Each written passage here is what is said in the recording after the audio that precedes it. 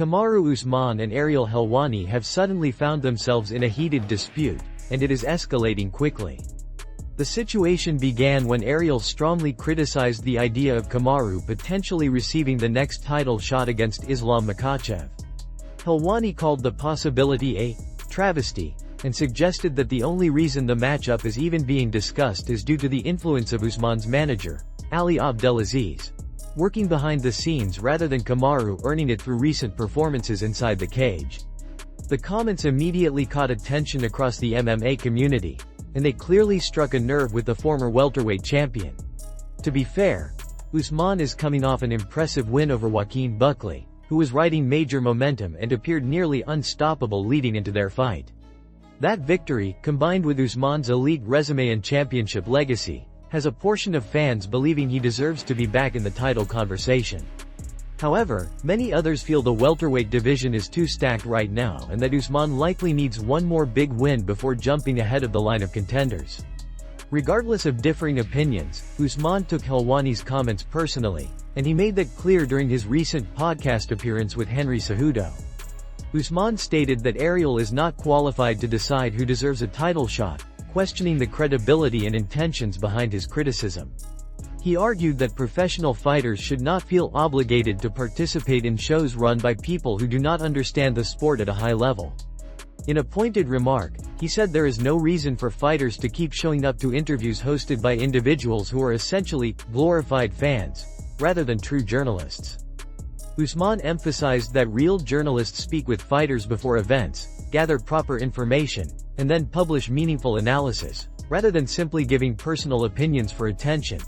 He went further by saying Ariel talks about him because he wants to remain relevant, while Usman himself does not need to talk about Helwani and has no genuine interest in doing so. The former champion added that being regularly mentioned in headlines is a sign of respect, even if some of the attention is negative. In his words, he is the big dog and the sheriff in town, and that is the real reason his name continues to be discussed. Usman made it clear that he is unfazed by outside opinions and believes that his legacy and status speak for themselves. Ariel Helwani responded sharply to Kamaru Usman after the former champion's recent comments, and this moment felt like years of unresolved tension finally surfacing. To understand the intensity of Helwani's reaction, the history between them matters. When Usman was champion, his manager Ali Abdelaziz banned ESPN from interviewing any of his fighters, claiming it was personal and accusing Helwani of targeting his champions unfairly. Helwani never openly escalated the issue at the time, but the situation clearly left resentment on both sides. There were other instances as well. In 2023, during an interview with Dricus du Plessis, Helwani pressed questions about the African identity narrative that had ties to Usman. Usman's camp criticized Helwani heavily for that moment, and the relationship continued to deteriorate.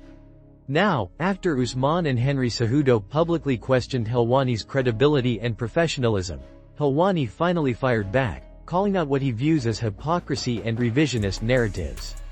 Helwani argued that fighters appreciate the media only when coverage benefits them, but the moment rankings, matchups, or opinions don't align with their agenda, suddenly the media becomes unqualified. He pointed out that some fighters loudly criticize the press while simultaneously benefiting from media exposure and from influence behind the scenes. According to Helwani, Usman built a career that was supported by the same media ecosystem he now dismisses.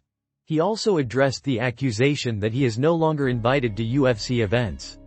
Helwani explained that media members do not receive invitations, they apply for credentials, and the organization either approves or denies them. Furthermore, he clarified that he has not applied for credentials since March 2020, so the narrative that he is being excluded or blocked is irrelevant. He suggested that the comments from Usman and Cejudo were designed to land below the belt, rather than engage in fair criticism. Helwani stated that Usman reacted emotionally because the remarks struck a sensitive truth.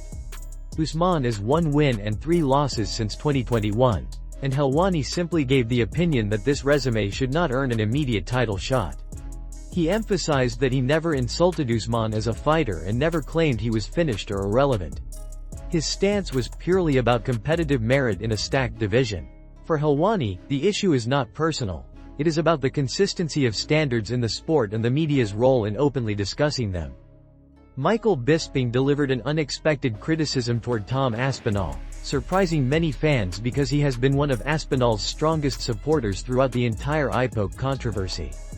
For weeks, Bisping defended Tom publicly, not only because they share the same country of origin but also because Bisping personally understands the dangers of eye injuries better than almost anyone in the sport. However, Bisping has now shifted his stance and believes that Aspinall is handling the situation incorrectly. Tom has been posting constant medical updates on social media, including doctor visits, scans, and every new detail of his recovery. His intention is to prove to fans that the IPOC was real, that the injury was legitimate, and that he did not quit. But Bisping thinks this approach is creating the opposite effect. He argues that the more Tom tries to prove himself, the more people begin to assume he is insecure or trying too hard to justify what happened. In Bisping's eyes, a heavyweight champion shouldn't be focused on convincing the public, but rather moving forward and showing strength through action. Coming from Bisping, someone who fought for years with only one functioning eye, the criticism carries extra weight. Both Bisping and Paul Felder advised Aspinall to leave the incident in the past. They explained that fans don't want to see emotional frustration, self-defense, or medical paperwork from a heavyweight champion. Fans want to hear determination, toughness, and hunger to return. They suggested that if Tom is frustrated, he should channel it into training and competition rather than public explanations. Felder elaborated that being doubted and called a quitter is extremely difficult for a champion to deal with, but responding with repeated injury footage won't fix anything. Instead, Aspinall should focus on getting healthy, returning to the cage, and proving himself through performance. Felder even stated that Tom could lean into a villain role if he chose. If he comes back, knocks out someone like Cyril Gane, and then confidently addresses critics on the microphone, the public perception would completely shift in his favor. Ultimately, Bisping and Felder believe the best move for Aspinall is to stop feeding the controversy, recover, train, and let his fighting speak for him when he returns to the octagon. Sean O'Malley recently discussed multiple headline topics, including his upcoming fight against Song Yadong, Ilia Topuria's divorce situation, and his placement on the UFC 324 card. O'Malley, who will face Yadong in what many consider a critical moment in his career, reacted humorously to being listed third on the card. He joked on his podcast that he is not even the co-main event and sarcastically said he is falling off hard and might end up on the prelims next time. Despite the humor, the fight carries heavy implications.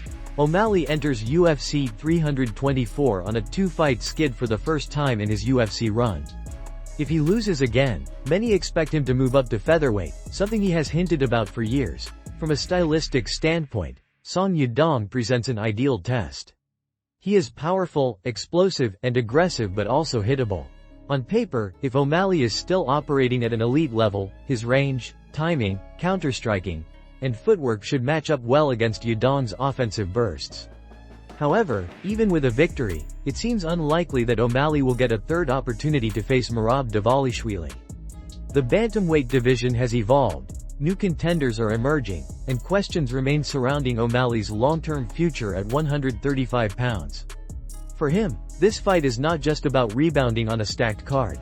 It is about proving he still belongs among the elite and determining which division defines the next chapter of his career.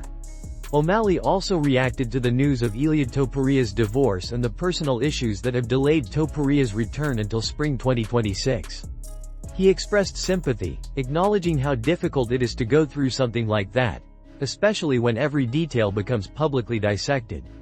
He mentioned that reports suggest Topuria's wife may attempt to take half of his assets, making the situation even more emotionally and financially draining. O'Malley said he has experienced personal challenges in the past, but never under the constant public spotlight. He noted that going through a legal battle, dealing with family matters, and raising two children makes it nearly impossible to focus on fight preparation. Although disappointed that Topuria is sidelined, O'Malley stressed that family circumstances must come first.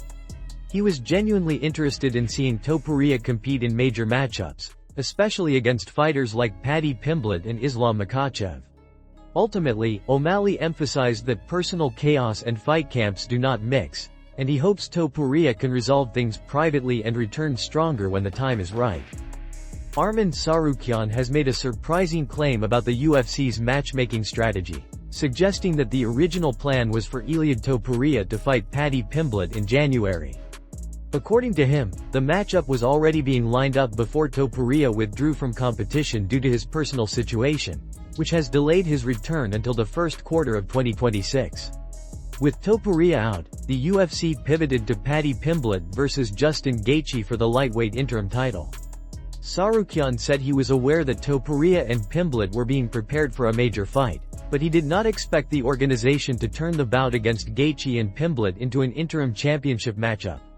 Tsarukyan believes the UFC is strategically trying to build Paddy Pimblett into a superstar. In his eyes, the organization wanted Topuria versus Pimblett because both fighters have big names and their clash could be marketed to the level of Khabib Nurmagomedov versus Conor McGregor.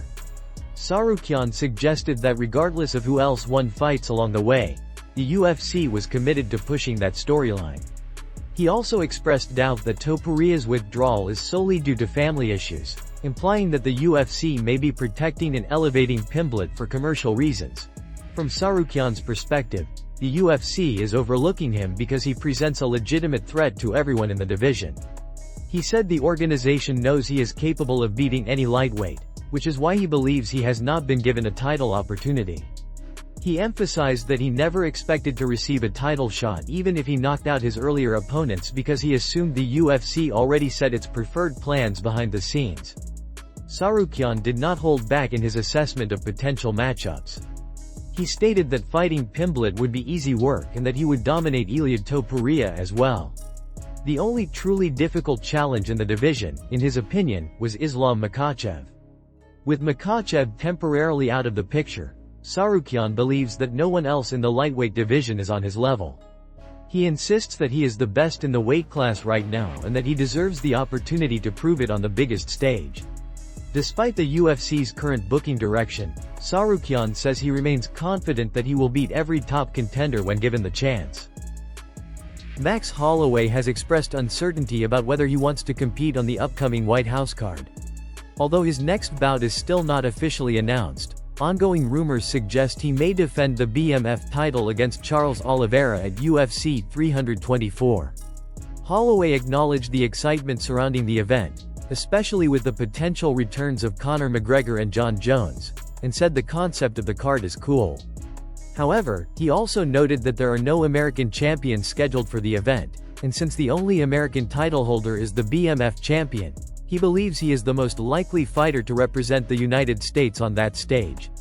Despite that likelihood, Holloway admitted he is unsure whether he truly wants to participate. He explained that the fight will reportedly have only around 5,000 people in attendance on the White House lawn, while approximately 80,000 fans will watch from large screens across the street. He respects the scale of the event but is concerned that his family may not be able to secure seats. Holloway emphasized that having his family present has been a meaningful part of his career, and the thought of competing without them close by kind of sucks, especially after working so hard to reach this level in the UFC.